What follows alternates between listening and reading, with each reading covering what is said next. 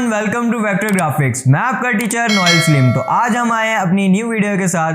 तो जैसे कि आप लोगों ने अपनी पिछली क्लास शेप टूल की कंप्लीट की थी, तो आज की जो हमारी क्लास है वो है लाइन सेगमेंट टूल पे कि लाइन सेगमेंट टूल क्या होती है और हम उसको कहाँ पर यूज करते हैं अपने इलस्ट्रेटर के अंदर।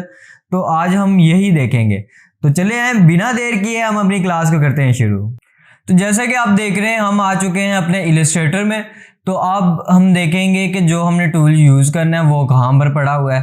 तो हमारा जो टाइप टूल था उसके साथ में ही टूल है हमारा लाइन सेगमेंट टूल। तो इसको हम राइट क्लिक करेंगे क्योंकि यहाँ देखेंगे ये डॉट, यहाँ पर एरो इसने एक बनाया हुआ है कि इसके अंदर और भी टूल्स हैं। जिसके साथ ये एरो बना होगा उसमें और भी टूल्स होंगे। अब यहाँ पर हम क्लिक करेंगे राइट अपना, तो देखेंगे इसके अंदर और भी टूल्स आ गए जो हमने यूज़ करने हैं। अभी हमने जो यूज़ करना है वो हमारा टूल है लाइन सेगमेंट टूल। तो नेक्स्ट हम क्लास में यूज़ करेंगे arc tool, spiral tool, rectangular grid tool, polar grid tool. तो हम देखेंगे कि इलस्ट्रेटर हमें कहाँ पर इनको यूज़ करने देगा। और अभी हम जो यूज़ करेंगे वो है लाइन सेगमेंट टूल। तो चले हम इसको स्टार्ट करते हैं। सबसे पहले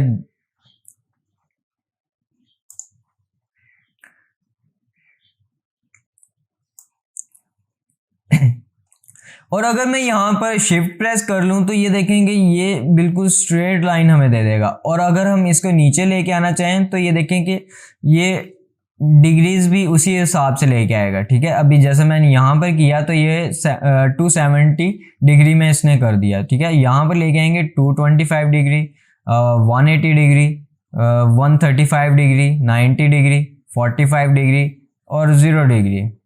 तो अब हम और देखते हैं कि इसके अंदर और क्या चीज़ है। तो यहाँ जाके मैं सिलेक्शन टूल सेलेक्ट कर लूँगा। तो अब ये देखें कि इसको हम मूव भी कर पा रहे हैं। एक और चीज़ है कि यहाँ पर हम जाएंगे स्ट्रोक में, तो ये देखें कि जैसे मैं इसका स्ट्रोक ज़्यादा करता जा रहा हूँ तो ये एक्सपैंड होता जा रहा है। ठीक है, मीन्स के थिक होता जा रहा है ये। और इसके साथ एक और है, ये देखें वेरिएबल विड्थ प्रोफाइल। आप लोगों को ऊपर नेम भी आ गया होगा इसका। ठीक है, वेरिएबल विड्थ प्रोफाइल है। क्या अगर मैं इस एरो को क्लिक करूंगा तो यहाँ देखें कि ये कुछ इस तरह की शेप्स में हमारी लाइन को ले आएगा। जो लाइंस हम रखना चाहें वो हम कर सकते हैं अपनी मर्जी की, जहाँ पर हमें ज़रूरत पड़े।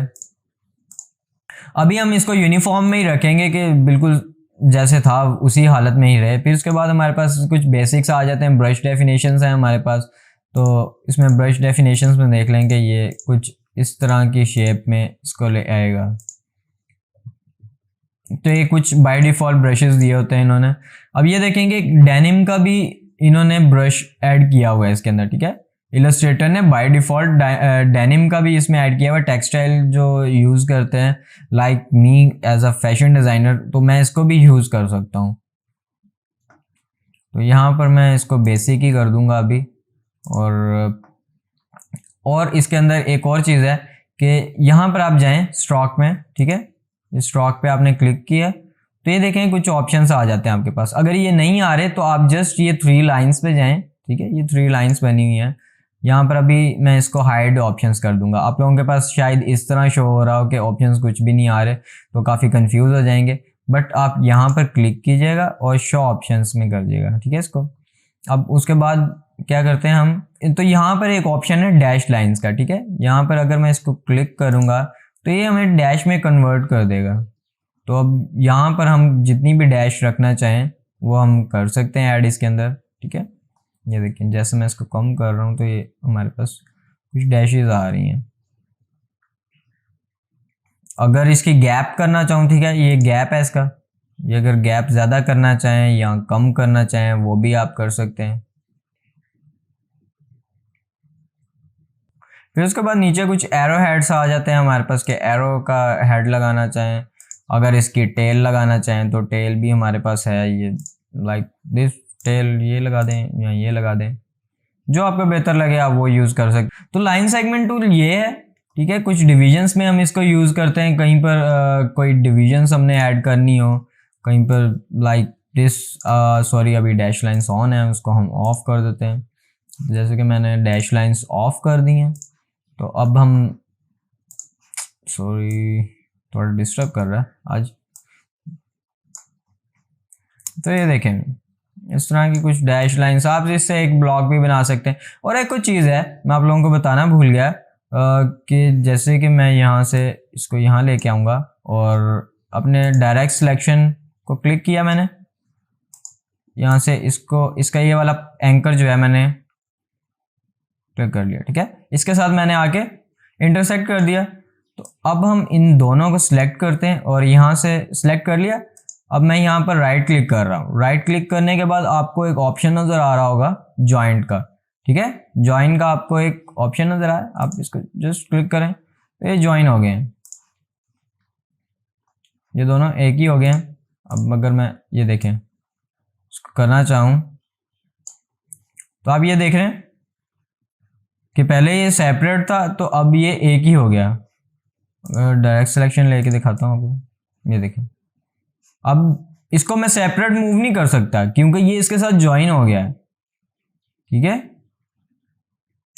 तो इसके अंदर एक ज्वाइन का ऑप्शन भी है कि आप टू लाइंस को एक साथ ज्वाइन भी कर सकते हैं। एक और एग्जांपल आप लोगों को दिखा देता हूँ कि आप सॉरी यहाँ से ये लाइन मैंने ली और यहाँ से मैंने एक ये लाइन ली।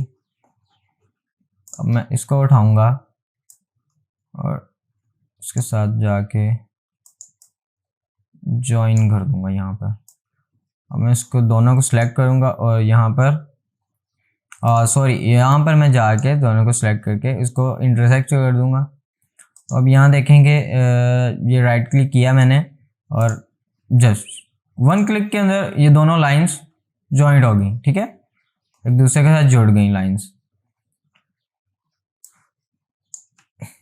अच्छा मैंने ना कुछ पिक्चर्स आप लोगों के लिए बना के रखी हुई हैं कुछ दिखाने के लिए कि लाइन सेगमेंट टूल हम कहाँ पर यूज़ करते हैं। तो चलें हम वो देखते हैं। अब यहाँ से मैं इसको थोड़ा सा जूम आउट कर लूँगा। तो नेक्स्ट पेज यहाँ पर ये देखें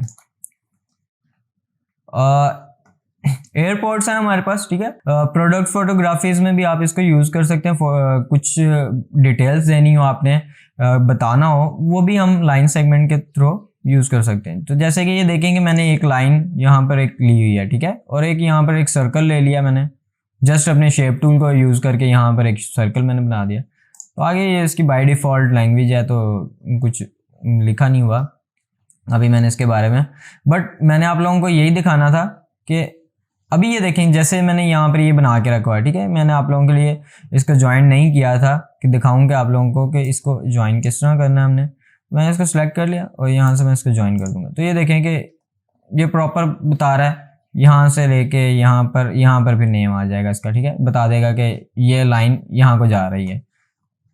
तो हम यहाँ पर पिक्चर्स में भी यूज़ कर सकते हैं डिटेल्स देने के लिए किसी चीज़ की भी। तो नेक्स्ट देखते हैं, नेक्स्ट और भी हैं कुछ मेरे पास, जैसे कि इन्फोग्राफी हमने बनाई हुई है, ठीक है। तो अभी मैंने इसको ब्लैंक ही छोड़ा था, कुछ डिटेल्स मैंने नहीं दी, लिखा कुछ भी नहीं है इसमें। तो जैसे कि यहाँ पर कुछ भी आ जाएगा, नेम वगैरह आ जाएगा और यहाँ पर आप बॉक्सेस में कुछ भी डिटेल्स दे सकते हैं, यहाँ पर डिटेल्स दे सकते हैं, यहाँ पर कुछ डिटेल्स दे सकते हैं, ठीक है। इसके बाद हमारे पास इन्फोग्राफी में कुछ ये चीज़ें आ जाती हैं कि ये इतने परसेंट है, ये इतने परसेंट, ये इतने परसेंट, ये इतने हो रहा है। और फिर उसके बाद यहाँ पर कुछ नंबरिंग वगैरह या कुछ भी आप जो ऐड करना चाहें वो आप इसमें कर सकते हैं, ठीक है। फिर उसके बाद हमारे पास ये बॉक्स आ जाएगा। एक बॉक्स में अगर आप डिटेल्स कुछ देना चाहें तो आप वो भी ऐड कर सकते हैं। बाकी ये मैंने वैसे ही एक डेकोरेशन के लिए मैंने लगा दिया था, अगर यहाँ कोई डिटेल्स आप ऐड करना चाहें तो वो आपकी मर्जी है। तो आपने एज इट इज़ ऐसा नहीं बनाना, कुछ भी आप अपने माइंड से कुछ भी इन्फोग्राफी, कोई भी आपका क्लाइंट आपको कह सकता है कि मुझे इन्फोग्राफी इस चीज़ के बारे में चाहिए, मुझे एक चार्ट बॉक्स वगैरह चाहिए, तो आप ये भी यूज़ कर सकते हैं, आप कुछ अपने माइंड क्रिएटिव करके। तो नेक्स्ट देखते हैं। फिर उसके बाद हमारे पास कुछ ये आ गई है, ठीक है, प्रोडक्ट डिज़ाइन इन्फोग्राफी। तो यहाँ पर कुछ मैंने लिख दिया है, यहाँ पर ब्रांड स्टॉर्मिंग, फिर product definition, research, testing, prototype, फिर स्केच वगैरह, कुछ इस तरह के मैंने ना ऐड कर दिए। कुछ टेक्सटाइल के हिसाब से, फैशन डिज़ाइन के हिसाब से मैंने कुछ लाइक हमारे पास एक ब्रांड की इन्फोग्राफी आई है तो हमने वो बताना है कि इस ब्रांड के अंदर क्या चीज़ें हैं। तो ये देखें यहाँ से ये इसके साथ ज्वाइन हो रही है 1 के साथ, यहाँ से 2 के साथ ज्वाइन हो रहा है, फिर उसके बाद 3 के साथ, 3 के बाद यहाँ से फिर। तो नेक्स्ट हम देखते हैं।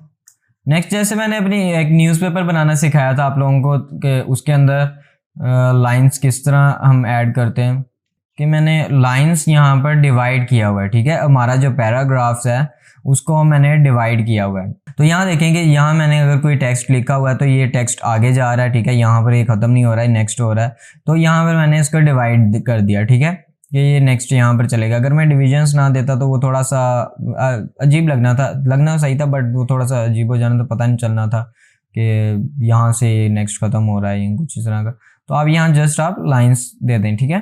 फिर उसके बाद यहाँ पर मैंने डिवीजन दिया हुआ है, कुछ यहाँ पर डिवीजन दिया हुआ है, यहाँ पर डिवीजन दिया हुआ है, डिटेल्स दी हुई हैं, ठीक है, सारी। तो नेक्स्ट देखते हैं। नेक्स्ट जैसे मैंने बुक कवर बनाना सिखाया था तो उसके अंदर भी मैंने डिवीजन आप लोगों को सिखाई थी कि डिवीजन किस तरह ऐड करनी है। तो ये हमने अपने लाइन सेगमेंट टूल ही यूज़ किया था और यहाँ पर एक लाइन क्रिएट की थी, यहाँ भी एक लाइन क्रिएट की थी। तो ये देखें कि हमारे पास कुछ ये चीज़ें थी, ठीक है।